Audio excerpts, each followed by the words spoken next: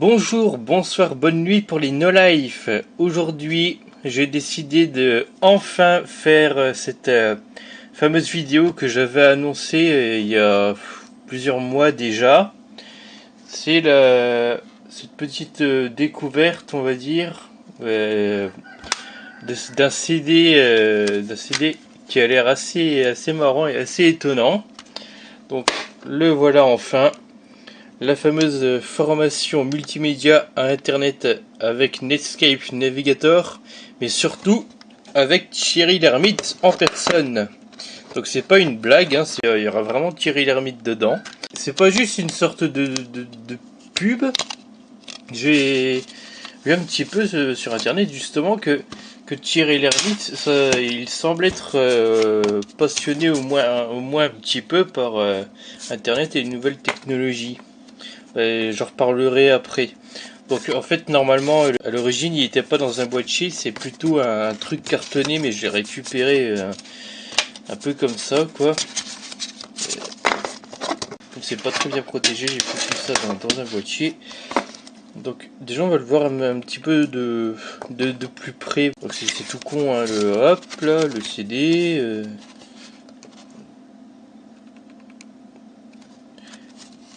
Et je crois qu'il y a, ouais, il y a que à l'arrière qu'il y a aussi un peu de contenu. C'est donc, je vais poser le CD dans le boîtier en attendant, sinon il va se casser la gueule, je me connais. Donc là c'est tout simplement, ils nous disent comment installer le bazar. Tiens alors j'avais pas vu, donc ce Windows 3, alors 3.11, hein, vraisemblablement les utilisateurs de Windows 3.1 peuvent aller se faire foutre. Bon, à mon avis, c'est également compatible. Je vois pas pourquoi ça ne le serait pas. Et là, apparemment, faut installer un truc. Lancer Windows, ouais. Ce gestionnaire de programme, fichier, exécuter. Installe. Évidemment, il doit installer Microsoft Video for Windows, ouais. Il y a plein de vidéos là-dedans et j'ai vu en fait, il y a au moins 50 codecs différents pour la même qualité finalement.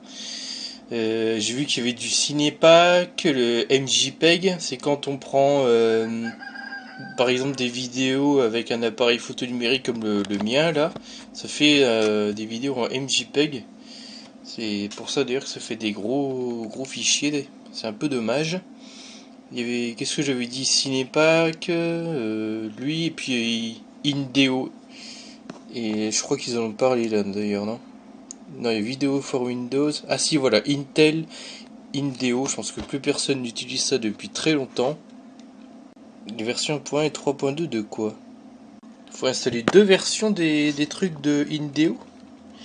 C'est bizarre alors. Donc voilà, les petites captures, c'est vraiment Windows 3.1. Hein. Sous deux thèmes différents en plus. Donc voilà, ça c'est pour les nostalgiques. D'ailleurs, je vais le lancer sous un Windows 98 virtuel pour mettre un petit côté un peu rétro. Déjà, je suis obligé de le lancer sur un ordi virtuel parce que comme je suis sur Windows 7 64 bits, il n'y a rien qui fonctionne. Parce que à la base, tout est en 16 bits. Donc voilà. Donc à la limite, ça devrait marcher correctement sur un Windows XP. Qui serait donc en 32 bits. Hein, de toute façon, la plupart du temps, c'est ça, hein, XP. Mais voilà. Donc on va vraiment, mais je vais me remettre plus ou moins dans les conditions de l'époque sur un Windows 98 avec un peu des mises à jour non officielles qui lui donnent un peu une gueule de Windows Millennium un peu bizarre, mais bon. Donc, bah justement, on est parti. On va voir ce que vaut cette merde sur le PC en plastique le plus reflétant du monde.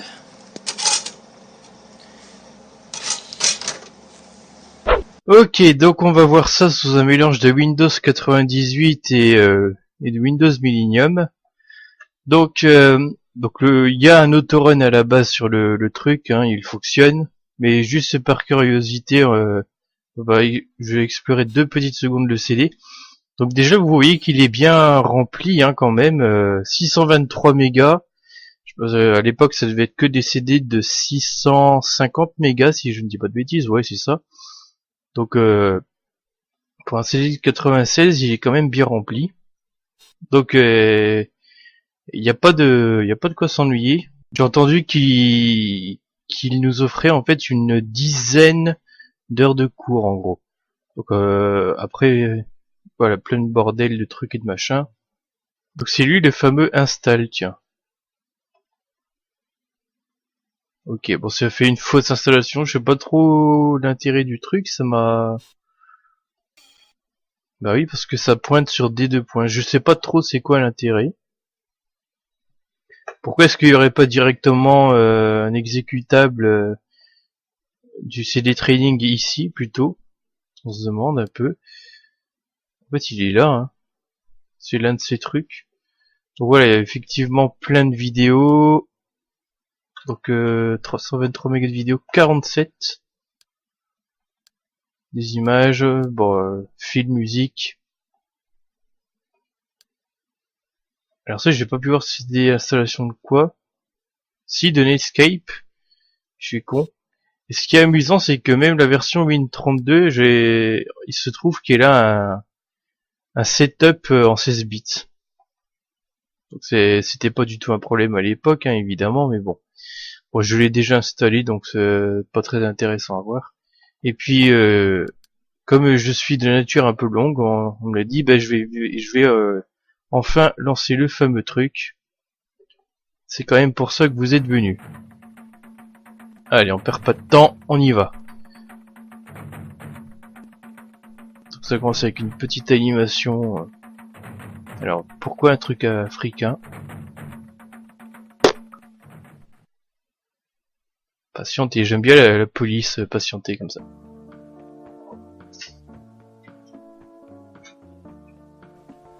Bonjour et bienvenue dans cette formation à Internet. Internet, de nos jours, tout le monde en parle, mais qu'est-ce que c'est exactement? Plusieurs définitions existent. Autoroute de l'information, village à l'échelle planétaire, réseau universel ou encore cyberspace. Vous voyez, les étiquettes ne manquent pas pour qualifier ce phénomène de mode qu'est devenu Internet. Les revues grand public ou spécialisées, les journaux branchés, même les magazines télévisés lui consacrent leur couverture en occultant généralement deux aspects pourtant fondamentaux. Tout d'abord, son âge. Si je vous demande l'âge d'Internet par exemple, 1 an, 2 ans, 5 ans? Non. Internet est beaucoup plus vieux que ça. Hein? Ce réseau, non, reste. il s'agit d'un réseau, fut créé dans les années 60 pour des raisons... Pourquoi il disparaît? Imaginez. En pleine guerre froide, les militaires américains du Pentagone voulaient disposer d'un réseau informatique ayant l'allure d'une immense toile d'araignée. En anglais, web veut dire toile d'araignée. Plutôt qu'un réseau en étoile partant d'un centre. Ainsi, même si une partie du réseau venait à disparaître suite à un bombardement par exemple, le reste du système continuerait à fonctionner malgré tout. Ce réseau a pris une ampleur surprenante, avec maintenant plus de 50 millions de connectés à travers les 5 continents. J'ose pas imaginer le chiffre aujourd'hui. Ensuite, Internet n'est pas un réseau commercial. Il est libre d'accès et surtout gratuit. Pratiquement ce réseau dépend à la fois des subventions du secteur public par les administrations et universités et de la bonne volonté de bénévoles et de centres de recherche. Quand vous êtes connecté à Internet, vous payez un droit d'accès à un provider, en anglais un fournisseur d'accès, un peu comme un péage à une autoroute. Ensuite, la consultation ou la collecte de documents est gratuite, pour l'instant. Ainsi, pour ces deux raisons, Internet n'est pas aussi simple d'utilisation qu'on le prétend. Le terme de net surfing, utilisé pour désigner l'activité de ces gens qui se baladent sur le réseau mondial, est particulièrement... Ça reste encore gratuit. Hein. Car comme le surf, c'est une activité qui a l'air extrêmement facile, mais qui demande un minimum de technique. Putain, il trouve vraiment que le surf ça a l'air facile. 5 millions d'ordinateurs oh yeah, les graphiques. 50 000 réseaux dans 160 pays. On estime qu'environ 50 millions de personnes y ont accès. Et Internet connaît une croissance d'environ 15% du nombre d'abonnés par mois. On peut s'en servir pour l'envoi et la réception de courriers électroniques, qu'on appelle email. On peut y lire des nouvelles, participer à des forums de discussion, envoyer, recevoir des fichiers, se connecter, prendre la main sur un ordinateur distant et surfer sur le World Wide Web. T'as oublié le prône. Encore W3 ou le web, plus simplement, vous donne accès à des documents situés dans tous les points du globe. Ces documents contiennent du texte ou des images, voire du son ou même des films, et quelquefois, vous aurez même un peu de tout cela dans un seul document. C'est ce qu'on appelle un document multimédia. Le réseau web fonctionne de la manière suivante. Vous vous connectez à un ordinateur pour chercher une information, un texte, image vidéo, etc. Dans ce document, il est fait référence à un autre... Ça tombe bien parce que je savais pas ce que vous vouliez dire, formation multimédia sur le CD. Cliquez sur le mot qui vous intéresse pour être immédiatement connecté à un autre ordinateur, peut-être à l'autre bout du Un monde. thriller féministe, c'est c'est quoi quoi cette ça? deuxième information? C'est la technique de l'hypertexte qui permet ainsi de sauter d'une information à une autre grâce au lien créé entre les informations. À partir du moment où une personne crée un document sur Internet, ce document peut être relié à n'importe quel autre document du web. Il ne vous reste plus qu'à cliquer sur un de ces liens pour ouvrir ce nouveau document et voyager ainsi de lien en lien. De quelle manière allez-vous accéder à cette masse d'informations mondiale? Vous aurez besoin d'un logiciel de navigation pour le web, un browser en anglais, et c'est là que Netscape Navigator intervient. La première partie de ce CD-ROM vous présentera Netscape Navigator, en abrégé Netscape, ainsi que le World Wide Web. Vous apprendrez comment vous procurer Netscape, comment l'installer et comment le mettre en marche.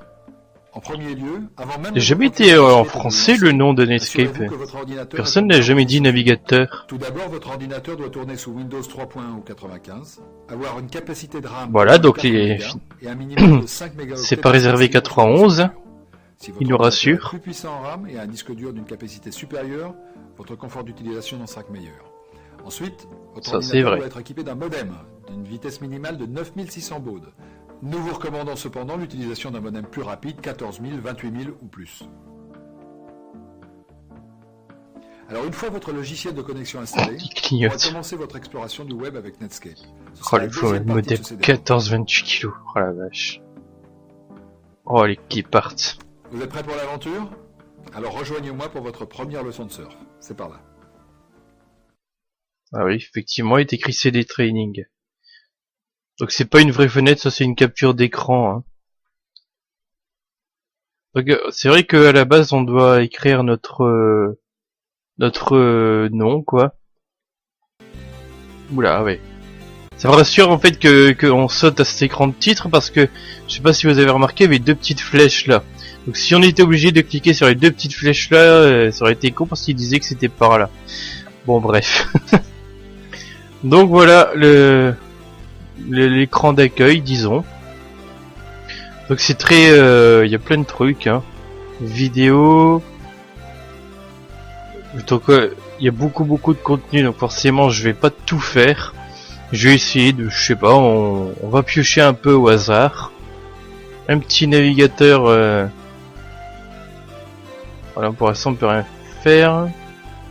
Vidéo conseil, si je fais flèche bas parce que ouais c'est le début. Ça en fait c'est l'écran des options. Qu'est-ce qu'elle fait sur un téléphone géant cette fille?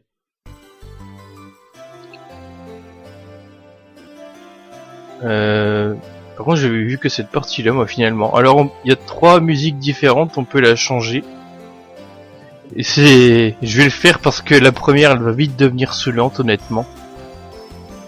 Alors d'ailleurs vous allez voir les images n'ont absolument rien à voir avec les musiques qu'on écoute à chaque fois. Et surtout celle-là, écoutez bien. Pourquoi des maracas sur une musique rock quoi?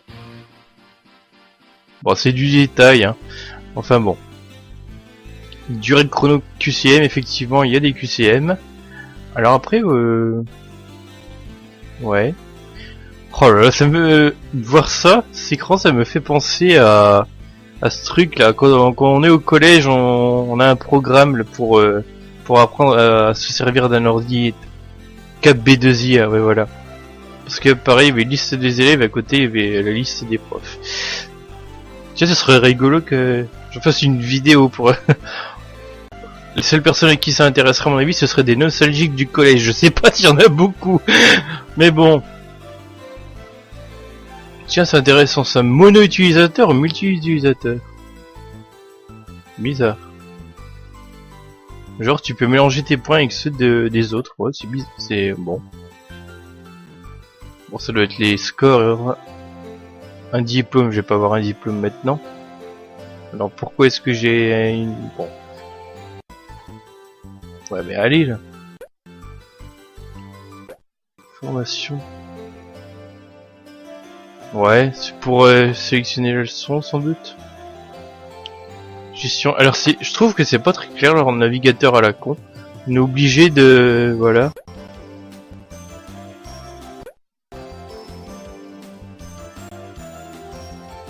Note, diplôme, paramétrage... Ah voilà. C'est pas très clair. Hein. Leçon étudiée, note et diplôme... Bon allez, on va... Votre cours multimédia CD Training est dense. Il inclut une dizaine d'heures de cours, soit 100 leçons organisées en 10 chapitres. Et un support de cours prêt à l'emploi et à l'impression. Laissez-moi vous donner quelques conseils pour une utilisation optimale de votre CD-ROM. Autrement dit, pour vous permettre d'être le plus efficace possible en un minimum de temps. Wow. Pour accéder aux leçons, tout d'abord, 2 possibilités. C'est de l'efficience ça, non? La première, cliquez simplement sur leçon multimédia. Choisissez le chapitre qui vous intéresse. Vous n'êtes pas obligé de dérouler séquentiellement votre formation, puisque chaque partie est autonome. Puis cliquez sur le clap correspondant à la leçon. Le premier et le dernier clap de chaque chapitre en jaune. Faut finir par m'intéresser, quasiment autogéré, autonome. Le dernier clap vous permet une auto-évaluation par le biais du QCM. Je viendrai en personne à l'issue des QCM vous faire part de votre note. Quel honneur, madame que je ne connais absolument pas. La seconde possibilité, c'est de cliquer sur Recherche thématique. Vous obtiendrez un index comparable à un annuaire téléphonique qui vous permettra, en fonction de mots-clés, d'accéder directement à la leçon de votre choix. Vous pouvez contrôler à volonté son déroulement grâce au bouton de contrôle similaire à celui de votre magnétoscope. Vous pouvez également, depuis le menu principal de votre CD-ROM, choisir d'obtenir le support de cours. Et si vous avez ah oui, c'est pour les... Quand elle parle de magnétoscope, je crois que c'est pour les screencasts, on verra ça, ouais. Je vous retrouve très bientôt.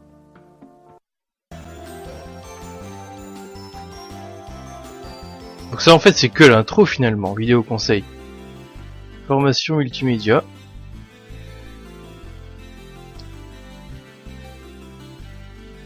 Oh, avec une fenêtre.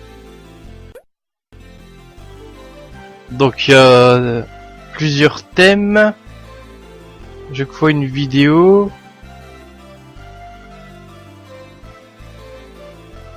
Les conseils de Thierry Lhermitte. Pour un premier contact, je vous propose de vous emmener faire une promenade dans le World Wide Web. YOLO. Vous vous trouvez face à un écran d'accueil qui ressemble à celui des nombreuses applications sous Windows. Et vous verrez dans la page des éléments, des mots ou des images d'une couleur différente de celle des autres informations. Il s'agit certainement de liens hypertextes. Ça veut dire que si vous cliquez dessus, vous allez accéder à une autre page d'information sur le même serveur ou sur un autre à l'autre bout du monde. Hop là. Cette connexion s'établit de manière pratiquement transparente. Il tient pas en place. Qui lui ne fait que naviguer ou encore surfer d'un document à l'autre. Voilà, alors j'espère que le programme vous tente et que je vous retrouverai très vite dans les leçons à venir.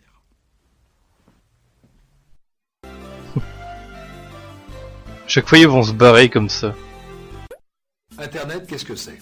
Alors ça n'est pas comme certains le croient un gigantesque ordinateur central sur lequel seraient connectés des milliers et des milliers d'utilisateurs. Ben non. C'est un ensemble de réseaux, de nature plus ou moins différente, appartenant à des sociétés différentes, disséminées aux 4 coins du monde. Tous ces réseaux sont interconnectés à l'aide de liaisons diverses, RTC, lignes spécialisées, lignes à haut débit, etc. Techniquement, Internet ça parlait déjà au début à l'époque. Mondial de réseaux d'ordinateurs. 100 réseaux permettent à 5 millions d'ordinateurs de s'interconnecter par un mode de communication appelé protocole TCP/IP. Internet est utilisé par près de 50 millions d'utilisateurs qui, de leur ordinateur, envoient et reçoivent du courrier électronique, participent à des forums de discussion, recherchent toutes sortes d'informations et utilisent des services fournis par une multitude d'opérateurs publics ou privés disséminés à travers les 5 continents. Internet est aujourd'hui le réseau de communication ayant le plus fort taux de développement et d'expansion à travers le monde. Le taux de croissance des utilisateurs est estimé à environ 15% par mois depuis le début 1995. Internet n'est géré par aucun groupe en particulier. Les groupes ou les organisations faisant partie d'Internet acceptent de suivre un protocole de télécommunication commun qui leur permette de relier les réseaux entre eux. L'Internet Society est une association à but non lucratif chargée d'effectuer des recherches et de résoudre des problèmes techniques. Les protocoles de télécommunication comme TCP/IP sont déterminés par l'IETF, Internet Engineering Task Force, qui fait partie de l'Internet Society. Le réseau commença réellement à prendre son essor dans les années 80 avec les débuts de la micro-informatique. Dans les années 90, l'arrivée massive dans les foyers américains de la micro-informatique familiale fut le véritable démarrage de l'accès grand public, en provoquant d'ailleurs un véritable raz-de-marée de nouveaux arrivants. En Europe, c'est différent. Les gouvernements ont longtemps considéré Internet comme un gadget universitaire américain. Le développement européen d'Internet se faisait donc à partir des centres de recherche uniquement. Dès 1980, le CNAM et l'INRIA créèrent une première connexion entre les réseaux américains et les laboratoires français, tandis que les centres lyonnais de recherche de physique s'adressèrent au CERN en Suisse pour se connecter. En 1994, un nœud de connexion français, un GIE, Groupement Internet Exchange, est créé, permettant enfin aux divers sites français de se relier entre eux directement. L'histoire d'Internet, c'est un beau rêve américain, celui d'une expérimentation militaire qui s'est transformée en un immense réseau civil, libre de toute censure et gratuit. En moins de 5 ans, la population mondiale sera connectée sur Internet. Voilà ce qu'on a fait d'Internet. Ok, là je pense qu'il y a des gens qui seront pas d'accord là. Demeure pour l'instant une autre histoire. Ah, sa vie là.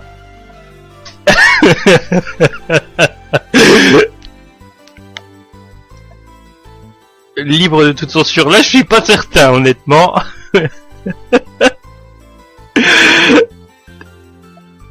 J'ai pas tous les faire par contre. Comment ça marche? Le web ou navigateur? Allez. Attends, quoi? Le web ou navigateur? Ah, voilà.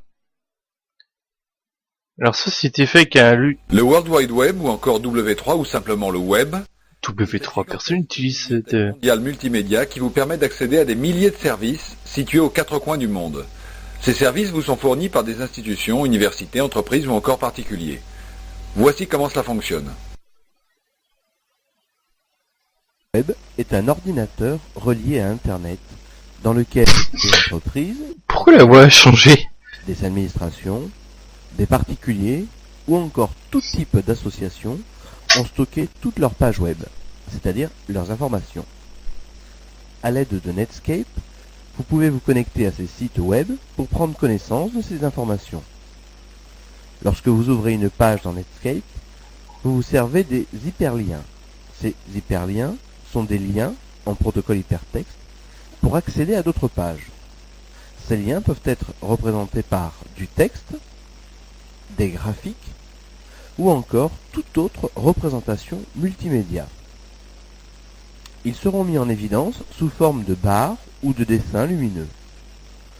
Vous pouvez vous déplacer vers d'autres pages en cliquant sur l'un de ces liens ou bien accéder à d'autres documents en revenant vers la page que nous avons ouverte auparavant. Chaque page du web est identifiée par une adresse unique, un peu comme votre adresse postale personnelle. Ces adresses sont appelées Uniform Resource Locators ou URL. Je me rappelle plus que ça voulait dire ça, URL. À une page donnée, si tant est que vous connaissiez son adresse. Eh oui. Une adresse URL prend la forme suivante. Je sais pas s'ils vont parler des moteurs de recherche d'ailleurs. www.cdtraining.fr. Effectivement, il fallait impérativement qu'il y ait les HTTP, tout le bordel à l'époque. Dans cet exemple, http indique le type de serveur. Oh yeah. HTTP étant l'indicatif des serveurs web. Le second segment, www.cdtraining, désigne l'adresse internet du site web dans lequel se trouve le document. Enfin, le dernier segment ou suffixe vous donne le nom du domaine. Putain, il est bugué leur Streamcast, ceux-là, non? Comme pour communication ou encore EDU pour éducation et bien sûr FR pour français. Saisissez toujours les adresses. Ils assistent encore sur ce suffixe. Les majuscules ou les minuscules. Sinon, vous ne pourrez vous y connecter. Voilà. Bien évidemment, le sujet n'est pas clos. Jamais de majuscule de... Nous voulions simplement vous montrer ce qu'était le web et ce que vous allez pouvoir y trouver. D'ailleurs, toutes les leçons de ce chapitre se veulent plus une vitrine d'Internet qu'un cours approfondi. En effet, ce chapitre vous raconte l'histoire d'Internet, comment cela fonctionne, quels sont les différents services disponibles, Access 2. Pour une utilisation avancée d'Internet, il vous faudra attendre les 9 autres chapitres. Alors, bonne promenade, ou pour les plus pressés, Attendre, bah. rendez-vous directement sur les leçons qui vous intéressent. Ouais, donc voilà. C'est pour ça qu'il est parlé de touche de magnétoscope, c'est parce qu'ils font des screencasts avec un logiciel qui était visiblement très populaire à l'époque, parce que j'ai pas arrêté de le voir pendant un moment. C'est Lotus, je sais plus quoi son nom d'ailleurs.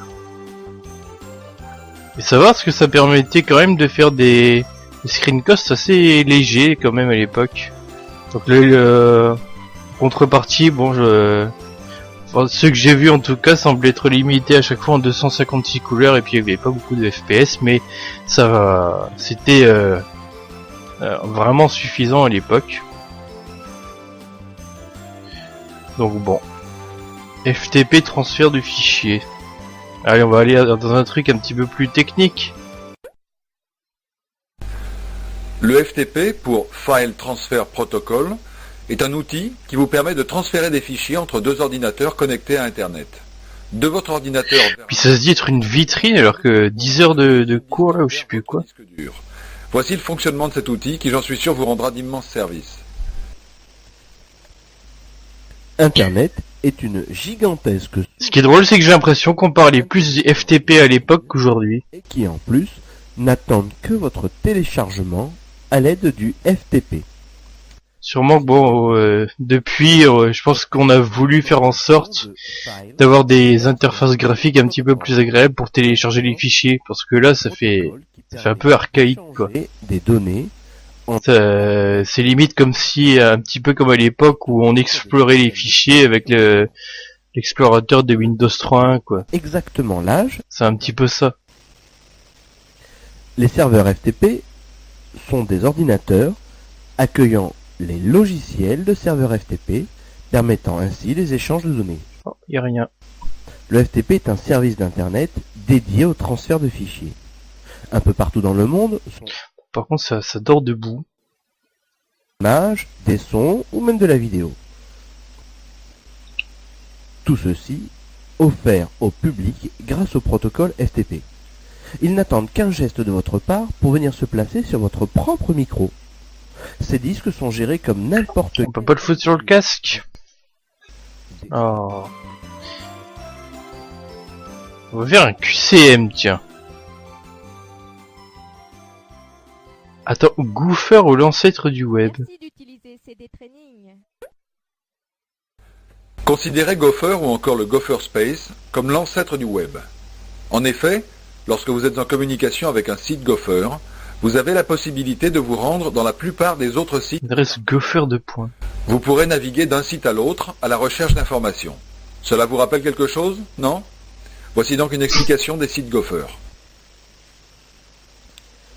à partir de Netscape Navigator. Pourquoi la voix change tout le temps? Un site Gopher en entrant son adresse dans la barre de localisation, comme pour la plupart des services sur Internet. J'ai un immense serveur FTP leur truc. Commence par Gopher, Je connaissais pas. // et enfin, le corps de l'adresse. Gopher est un autre système de fichiers sur Internet. Gopher se fonde sur le même type de système que le web ou FTP, avec des fichiers situés dans des sites serveurs auxquels vous pouvez accéder à partir de votre ordinateur. Sur ce point, Gopher ressemble beaucoup au web. Les sites Gopher Ça a l'air 10 fois plus lent, par contre j'ai l'impression qu'ils galèrent. de façon à passer de l'un à l'autre sans être tenus de connaître leur adresse, tout comme les sites web. Cependant, à la différence du web, Gopher Space, c'est le nom que l'on donne à l'ensemble de ces serveurs Gopher, est basé uniquement sur des menus de texte, alors que le web, lui, mélange texte, graphique et même vidéo. Lorsque vous accédez à un site Gopher, un menu vous est présenté dans lequel vous choisissez une option qui peut conduire à des options supplémentaires ou à des fichiers distants. Nous verrons donc comment accéder à un site Gopher, comment se déplacer à travers les menus et les fichiers d'un site Gopher.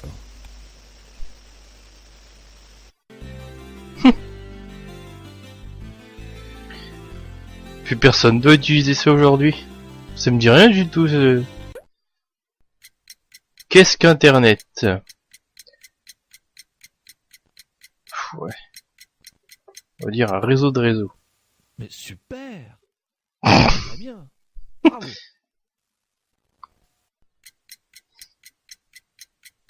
Quoi? Se relier les réseaux internet avec des pinces crocodiles, des tam-tams. Ok. Ah, parfait. Rien à dire.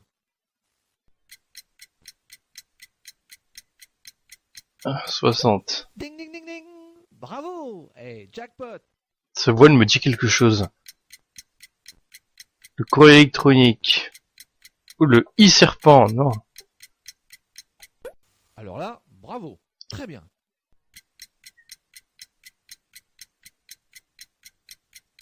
Ah bah oui, c'est clairement que ça dépend de mon modem. Parce que c'est moi c'est ni la réponse A ni la réponse B, hein, clairement. Non, vous doutez? Mais non, c'est parfait. C'est quoi cette Que veut dire TCP/IP? De contrôle de réseau, de paiement, de contrôle de transmission de données. Ça j'ai pas. J'aurais dû écouter un peu plus. Elle était facile celle-là. Mais bravo quand même. Ça prouve qu'on n'a pas forcément besoin de connaître les termes pour utiliser Internet. Que devez-vous souscrire pour accéder à Internet? Un abonnement auprès d'un fournisseur d'accès, une assurance, un contrat de maintenance. What the fuck? Un contrat de maintenance sur site? Putain, s'il fallait faire ça pour tous les sites Internet. Très très bien. Ça fait plaisir. Bravo. World Wide Web. Non, ça c'est un film. Oui. Qui n'était même pas encore sorti. Elle était pas simple, hein, celle-là. Si tu le dis. À quoi servent les newsgroups? Ah ouais. Putain, ceux qui savent parler anglais à la limite, hein, voilà quoi. Bon, d'accord. Normal, non? Bah quoi? Ah, ils en parlaient déjà de ça, tiens, à l'époque. Une étiquette, code de déontologie, un autocollant, bien sûr. Une étiquette de format, ouais. Parfait. Impeccable. Très très bien. Vous êtes super. Vous avez obtenu la note parfaite. Vous vous rendez compte? 10 sur 10. Tenez, si je ne me retenais pas, je vous embrasserai. Je vais de C'est ce ça. pas en parler à mon mari. Il sera si fier. C'est bien ce qui me semblait, elle est amoureuse des gagnants.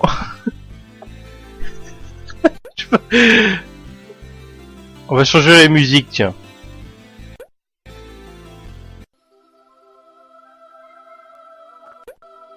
Elle est cinglée, cette fille. Netscape Visite Guidée. Alors, les tutos Netscape, new.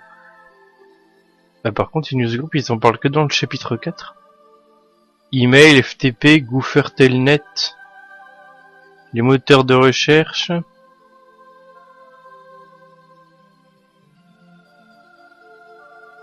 Ouais, allez, on va faire un peu les emails. Les conseils de tirer l'ermite sur les emails, apparemment. La messagerie électronique ou email est le service le plus utilisé. Grâce à lui, vous pouvez envoyer à un autre abonné des messages et y joindre, si vous le voulez, des fichiers. Le courrier électronique reste encore une des méthodes les plus efficaces pour transmettre des informations. Il est extrêmement fiable, pas de perte ou de vol, rapide, quelques secondes le plus souvent, quelques minutes et jamais en grève. Je manque. Toujours un même prix insignifiant en communication locale, quelle que soit la destination, et moyennant quelques précautions, il permet même de transmettre des informations avec un degré raisonnable de confidentialité. De plus, l'email ne dérangera pas votre correspondant sous la douche en plein sommeil. Tout comme le reste d'Internet... Sauf c'est l'ordinateur qui fait un gros bip bip quand on reçoit l'email, mais bon. Qui dispose désormais de gestion de courrier électronique et de toutes les fonctions d'un vrai traitement de texte. Nous verrons dans ce chapitre les principales fonctions offertes par l'email. La composition du message à émettre, l'expédition, la réception, la gestion, la sauvegarde et l'archivage de vos messages, sans oublier leur impression et les listes de diffusion. Ça vous va? Alors en route pour vos premiers courriers. Ça a l'air tellement banal tout ça aujourd'hui. Je regardais lui, email et Netscape et courrier multimédia qu'on se marre un peu. La messagerie électronique d'Internet ou email est le service le plus utilisé. Grâce à elle, vous pouvez envoyer des textes simples et y adjoindre, si vous le voulez, des fichiers. Elle sert également de lien avec les messageries des réseaux à vocation commerciale, tels que CompuServe, America Online ou encore Microsoft Network.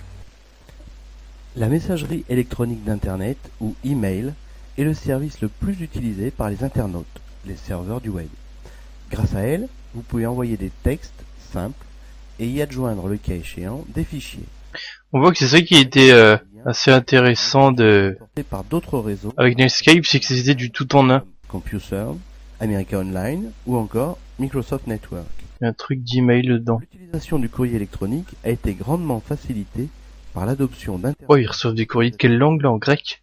En effet, Netscape dispose désormais d'une véritable gestion du courrier électronique ainsi que des menus dédiés avec toutes les fonctions d'un vrai traitement de texte. Mais avant même de penser à envoyer du courrier, vous devrez configurer Netscape Navigator pour l'envoi et la réception du courrier électronique. Pour cela, depuis le menu Options, sélectionnez la commande Préférences de messagerie et de nouvelles. Dans la boîte de dialogue qui s'affiche, cliquez sur l'onglet. C'est bête parce que il n'y a pas de moyen forcément pratique pour l'utilisateur lambda de faire en même temps, parce que vous voyez, on a un grand écran noir autour, on n'a pas Windows, même quand on est en résolution supérieure à 640 x 480. Du coup, on peut pas vraiment faire en même temps, à moins de peut-être, voilà, de faire ça. Ensuite, le nom du serveur POP pour Post Office. Ça veut dire que je sais pas, les gens, peut-être qu'ils prenaient des notes. Nom d'utilisateur POP.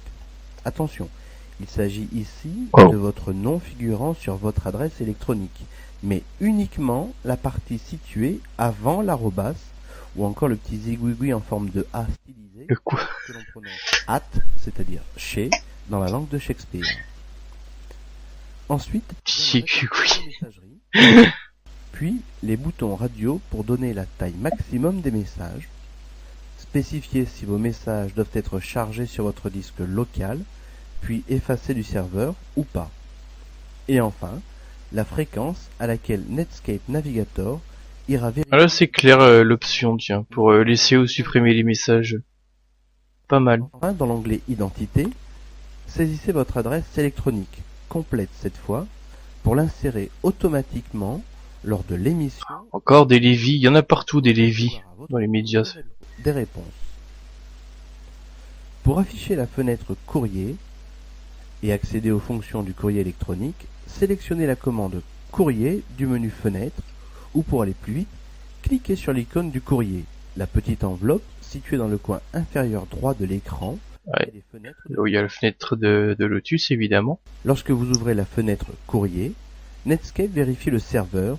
D'ailleurs ça veut dire que quand on est en 640 x 480, le bordel est juste ici quoi. Vous devez entrer votre mot de passe à chaque session, ou alors spécifier dans la fenêtre de messagerie et de nouvelles du panneau Ordre. On doit pouvoir le réduire, ça à la limite.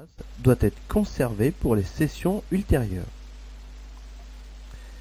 Après que Netscape ait vérifié si le serveur de messagerie contient de nouveaux courriers, il peut effectuer de nouvelles vérifications périodiques et vous informer de l'arrivée de nouveaux messages, comme nous l'avons vu dans la leçon précédente. Un paramètre En film, en exécutable, on a l'impression qu'il va se prendre un virus dans la gueule. permettant de régler la fréquence à laquelle Netscape vérifie automatiquement le courrier sur le serveur. Cependant, Netscape ne retire pas automatiquement ces messages du serveur. Pour les retirer, appuyez sur le bouton courrier de la barre d'outils ou bien cliquez sur l'icône du courrier. Vous pouvez également Il est sûr de ça. du courrier de la fenêtre courrier pour vérifier manuellement le serveur et retirer le nouveau courrier. Ah mais retire, c'est pas... C'est comment dire, c'est recevoir en fait. Avant que vous n'ayez ouvert la fenêtre de courrier, ou si vous n'avez pas fourni votre mot de passe, Bizarre comme traduction. vous verrez apparaître un point d'interrogation à côté de l'enveloppe. Ce point d'interrogation indique que Netscape ne peut vérifier automatiquement l'état du serveur de courrier. Après avoir vérifié votre courrier, vous ne verrez plus que l'enveloppe, ce qui indique l'absence de nouveaux messages. Lorsque par la suite, Netscape vérifiera automatiquement le... D'accord. Courrier multimédia. Envoyer du texte, c'est bien, mais c'est un peu limité. Seulement du texte sur un serveur multimédia, cela semble anachronique. Eh bien, Netscape vous permet de joindre à vos messages des fichiers informatiques, comme par exemple des pages HTML, comme celle du web, des sons ou des images, après une manipulation que nous vous expliquerons plus loin. Et après une longue attente, surtout à l'époque. Netscape Navigator ne vous permet pas uniquement d'envoyer des messages de texte. Elle vous permet aussi de joindre une page ou un fichier électronique à votre message. Là réside une grande nouveauté de Netscape Navigator. En effet, auparavant, il vous fallait encoder puis décoder des fichiers autres que du texte, et en plus, votre texte ne devait même pas contenir d'accent. Maintenant, et grâce à Netscape Navigator, Sans blague. vous n'avez même plus besoin de vous poser ce type de questions. Voici comment envoyer un autre document au format HTML par exemple.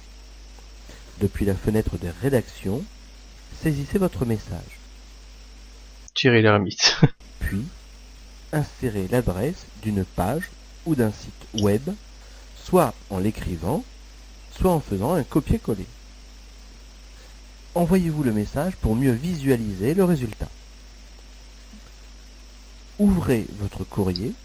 Ah, je pensais qu'il allait nous la mettre en fichier joint en fait. En fait, non, c'est juste que ces emails ne sont pas en texte brut, ils sont eux-mêmes en format HTML. C'est ça qui met en évidence.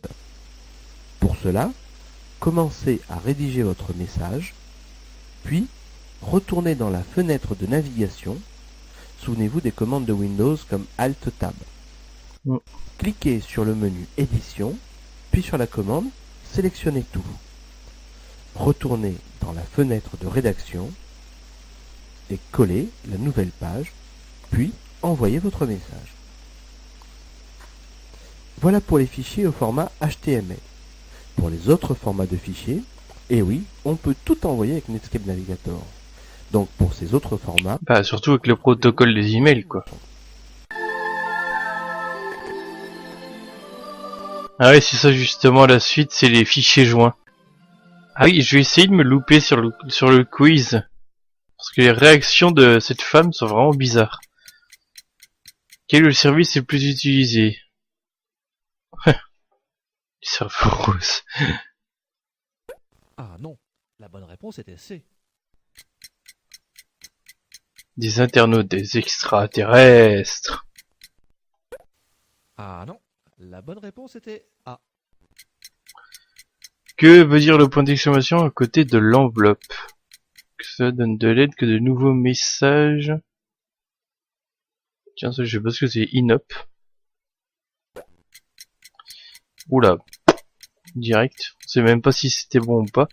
Combien de sous-fenêtres contient la fenêtre du courrier? Qu'est-ce qu'on s'en bat les couilles? Combien de dossiers sont générés par Netscape en tête de liste? What the fuck? Ah ouais, à gauche, non? Les dossiers locaux, enfin, plutôt corbeille, envoyé et... Disons, ça fait beaucoup, non? Comment visualiser les messages en attente?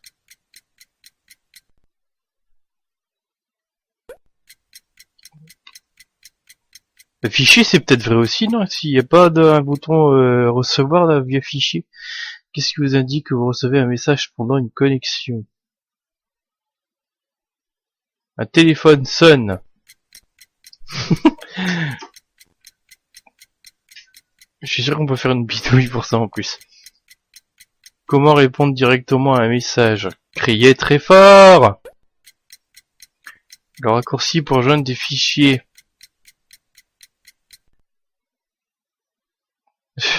Punaise, évidemment. Tout le monde le sait, ça.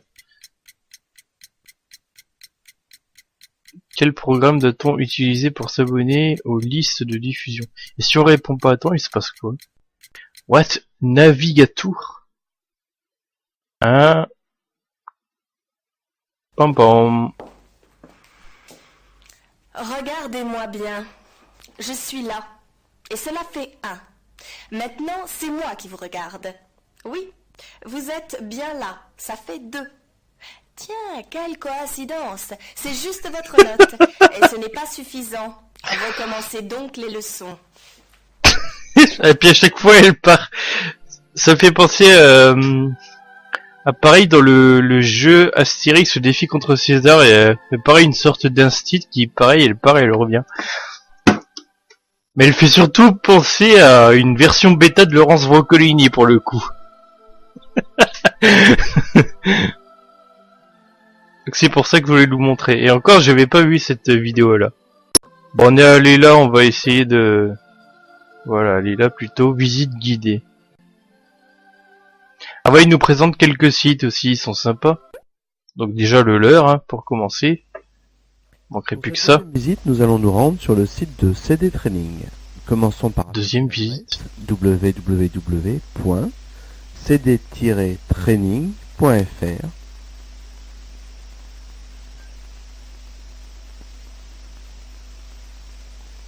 Nous voici 30. Le screencast, c'est pas les moments les plus rigolos.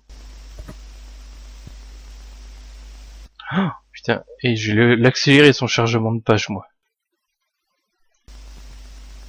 Voilà, tous les titres sont là, même ceux à paraître. Le temps que le CD sorte, je me demande si Voici notre s'ils étaient pas apparus, parce que c'est un CD de 96 et c'est des versions 95 des softs. les communiqués de presse ou concernant les nouveaux produits, ceux à venir. 490 francs. Bien, après ce coup d'œil, retournons sur notre liste. Vous vous souvenez, il avait une émission d'achat à la télévision. Eh bien c'est fait, maintenant il est aussi... C'est Pierre Bellemare. Real Audio. Tous ces produits sont disponibles directement sur Internet par paiement sécurisé. Le problème, c'est que l'interface est en anglais. Bah. En français, vous voulez autre chose? Pas de problème. Vous reconnaissez La Redoute? La Redoute aussi est sur Internet. Elle a décidé de mettre une partie de son catalogue sur un serveur web. Vous pouvez le compulser et même commander en ligne les articles quoi qui vous plaisent. Le compu. Notre serveur, on y va. Trop suisse. Là aussi, vous avez reconnu Putain, mais aujourd'hui on dirait par correspondance, une page faite par un amateur, quoi. sur le web par une interface très graphique. Mais c'est que ce fond là, c'est super dégueulasse, ça rend le texte illisible. C'est fou comment les pages web de cette époque, on dirait des sites amateurs aujourd'hui, quoi. Ah, le monde des shareware, ça doit être marrant, ça. C'est net. Shareware.com. Retenez bien cette adresse. Ah, mais c'est net. Effectivement, vous cherchez un shareware, un logiciel, un utilitaire, vous le trouverez certainement ici. Regardez, 190 000 logiciels Quake. vous attendent sur ce site. Oh yeah. WinZip. Oula, je sais pas si c'est passé encore ici. Le programme est aussi... Mais il a un peu bugué leur Netscape, je crois. Il fouille dans ses 190 000 logiciels pour vous afficher ce qu'il a trouvé. WinZip. Pour le télécharger, rien de plus simple. Cliquez dessus. Attendez, diplôme. Il vous donne ici cette liste spécifiant quels sont les sites les plus sûrs pour le téléchargement. Là vous avez les États-Unis avec simplement un taux de réussite qui variera entre 40 et 60%. En plus, en dessous, Taux de réussite. le temps d'accès. Votre logiciel fait 486K et voici les temps que cela prendra avec un modem à 9600, 9 kilos, oh la vache. jusqu'au modem Numéris 1 minute 47. Voilà, il ne vous reste plus qu'à cliquer sur le produit recherché pour le télécharger. C'est quoi ce délire? 56K et le 10K, ça prend moins de temps.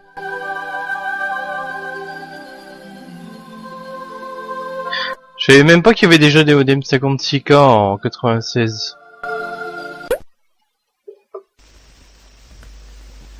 Bien, nous allons nous rendre sur le site de Microsoft. Commençons par saisir l'adresse. Il s'agit de www. Sans blague. Microsoft.com.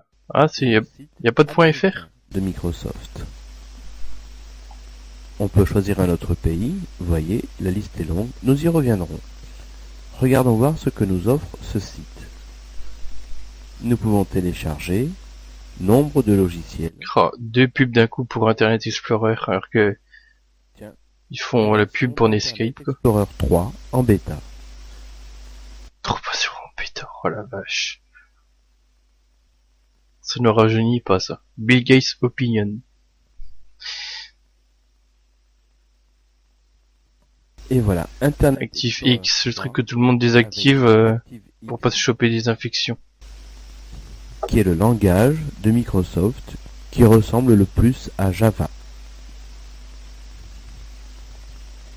Tous ces outils sont disponibles en téléchargement. Mais allons voir. Multilanguage support. Oh yeah. Pour cela remonte. Hop, on va aller en France. Et nous voici sur le site français de Microsoft. Putain, c'était pas du tout les mêmes. Sur la même version de Internet Explorer, la page d'accueil, Oui. les actualités, les CD-ROM d'autodémonstration, les différents kits d'évaluation, ainsi que les mises à jour. Site web de MSN France, nouveau. Dans les bases de données de Microsoft, sur les produits, bien évidemment, de Microsoft. Tant qu'à faire. Demandez éventuellement conseil avec des tips, astuces. Sierra. Sierra, l'éditeur américain, lui aussi est présent sur Internet, bien évidemment. Il nous propose 4 rubriques. Entertainment, plaisir, loisirs, avec leisure, l'éducation, avec les produits ADI, bien connus, ou l'alphabet. Apprenez l'alphabet. Ah, c'est vrai que c'est Sierra qui est commercialisé à Adibou, version anglaise. Ou encore les grands produits originaux qui ont fait. Printerty, ça me dit quelque chose, ça. Tous ces produits sont disponibles. Vous cherchez un jeu? Passez donc voir Sierra, il y sera.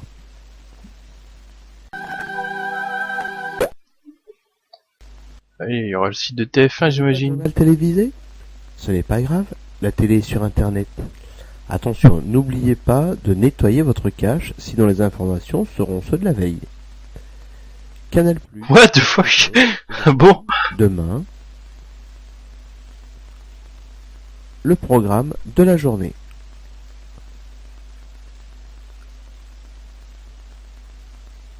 Avec une brève description des émissions.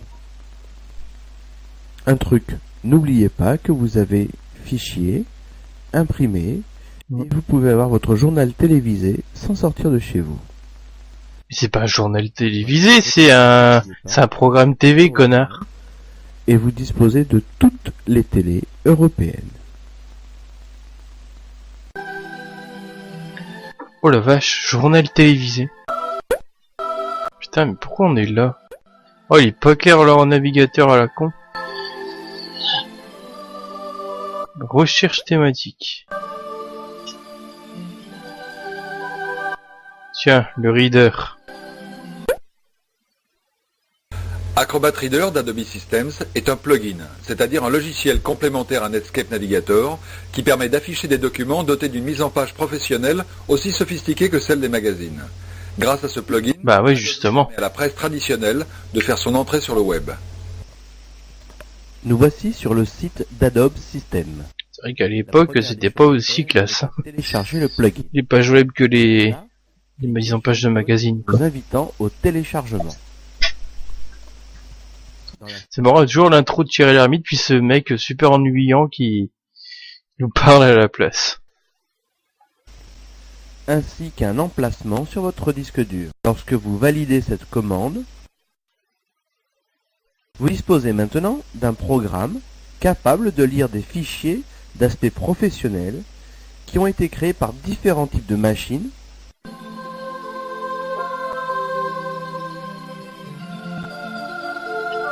Archi. Le FTP anonyme, c'est bien et pratique, surtout si l'on sait exactement où trouver l'information. En revanche, tout devient beaucoup plus complexe lorsqu'on ne sait pas sur quel site cette information se trouve. C'est pour répondre à de tels problèmes que les serveurs Veronica, Archie et Waze existent. Dans les chapitres précédents, nous avons vu des sites FTP ou encore Gopher. Vous savez désormais comment fonctionnent ces sites. Vous pourrez donc y accéder sans aucun problème. Mais une fois sur place, toutes les informations ne sont pas présentes en même temps et sur le même écran d'accueil. Heureusement, ce serait le bordel. Effectuer des recherches. Et c'est là que Veronica et Archie entrent en scène.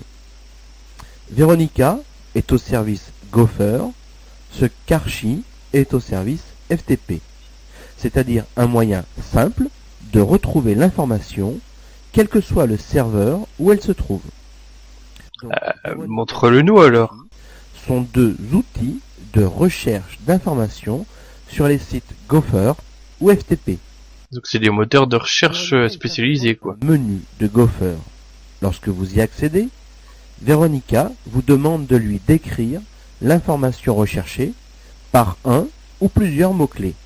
Ensuite, il consulte son index pour savoir quel est le serveur Gopher répondant le plus précisément à votre recherche. Puis, pour commencer vos recherches, cliquez sur la leçon suivante.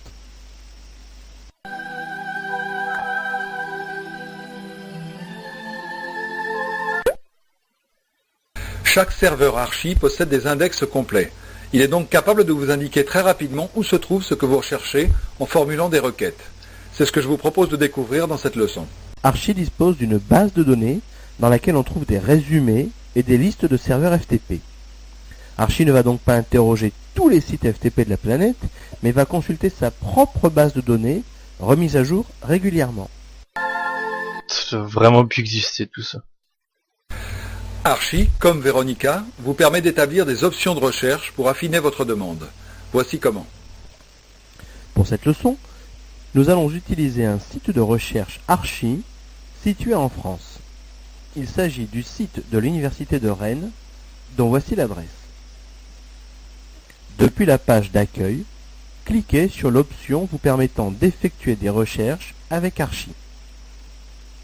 Dans la nouvelle page, C'est encore Archie alors. Archirac. Webcrawler.